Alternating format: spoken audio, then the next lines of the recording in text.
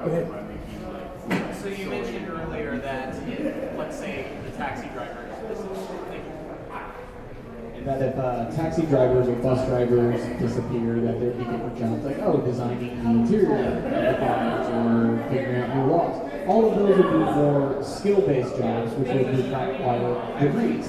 So how would students or young people or retired people who need a job that's not quite so strenuous have jobs based on that type of environment? That's a good question. There's still a lot of debate for that. One of the things that people are talking about are schools as we know them may start dissipating, and there may be other types of training programs. I loved the movie Hidden Figures because it showed an example in time of when people were very close to losing their jobs and saying, well, we've got a computer that can calculate things that you're doing right now. So instead of saying, okay, well, I guess my job is gone, I've got nothing left to do, she became resourceful and did everything she could to go to the library, to find a book, to figure out how to program those things. And I know there's a big push about coding and programming right now. But there are elements of definite truth to that there are ways that we can start still sitting at a desk or whatever device we'll have at that point that may not be sitting anymore, maybe walking around and interacting, being able to use mental capacity for something like that. And if that's true, that there are a lot of open source university things like Coursera that already exist that have ways of thinking, ways of processing, people are going to need other people who have understanding of psychology and how to communicate ideas.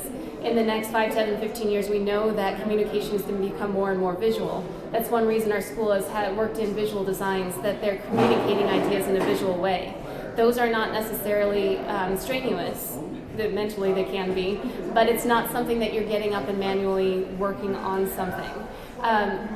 So right now, my cry is for having schools rethink about the way that they teach people to think, because that's going to be one of the most important things, to know how to adapt when something changes on you. And right now, a lot of people are used to saying, this is my one specific skill, or I only teach English, or I only teach Spanish, I only teach math, and are locked into this, if that's gone, then what do I do?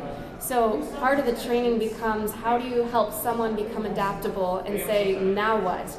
How do I use skills of researching? How do I use skills of looking for other information that people have? How do I find out what is a passion to me?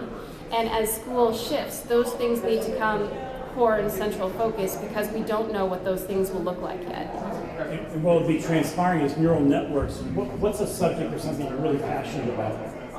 something I'm really passionate about. Okay, specify what kind of art? Contemporary? Film. Okay.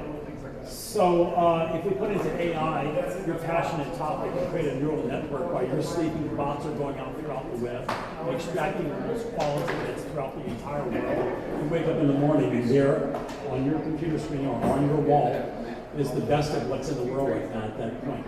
And that it happens now. The neural networks are starting to expand. Where you can have universities, every subject under the sun, where you don't have to be doing the searches. Bots are doing the search for you 24 hours a day, 7 days a week. So that then you have neural networks in Vive.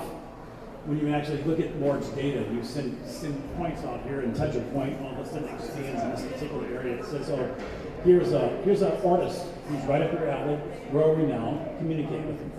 You leave all the other peripheral things there.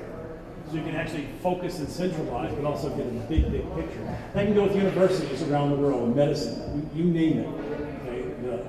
Okay? One of the difficulties we have is sharing and collaborating with people who are really at the very top of their field, because they tend to be isolated in their areas.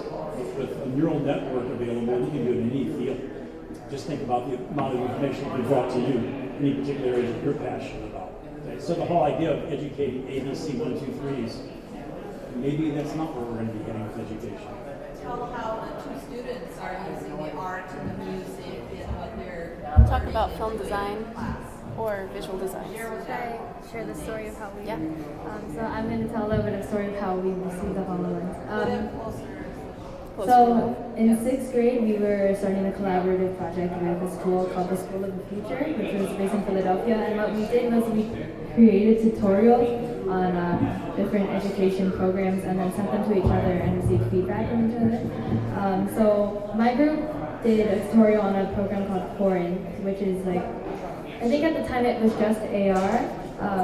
but they were using AR to teach like the different purposes of organs and where they're located in the body, and like plants and engineering and all kinds of subjects. But at the time it was just an AR program. And then we created the tutorial and we uploaded it on the school YouTube, and they saw it.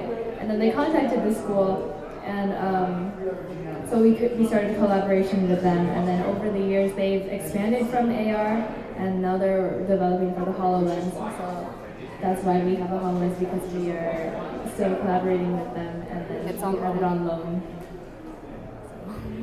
Matthew, talk about either visual designs or video. I'd like to talk a little bit less about my own experiences and some of the experiences in younger students I've worked with. As from what I've noticed and been told, younger kids have a more open mind. So if you put them in that, like when I put a HTC Vive on a fifth grader last year, she not only just, like earlier it was said that, and I personally have done it, is just draw on the wall and not really expand my mind. And she just started making turtles, she started making dogs, she even made a whole zoo in Tiltbrush. And it was really amazing on what I saw. And also, they've also been able to go into the human brain, into cells, and see how blood clotting and all that stuff works.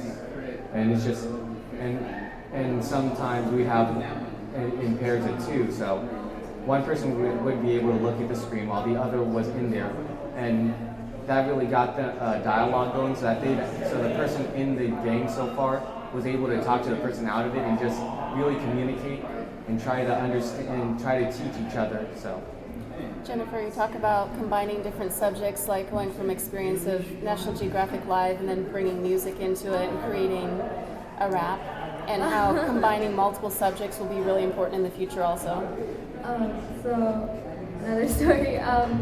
We were given an assignment, and we went to a field trip about the Spinosaurus, which is a different kind of dinosaur. And instead of creating like a presentation, like we were instructed to do, my friend and I created a music video, which for us was one more interesting, and two, I think that we learned it in a better way than we would have if we just stuck with just reading and then writing about it.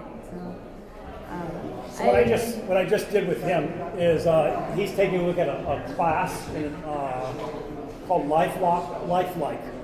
And it is three-dimensional. He's looking at a human body right now with capillaries. He can walk around, he can look at the vena cava. So if you're talking about biology, making it, we actually have other ones that we can actually in VR. You can literally take every single muscle in your body apart, put it in the air. Okay, so every organ, every system, you can actually put up in the air and take it apart piece by piece, hit a button, and it all comes back together.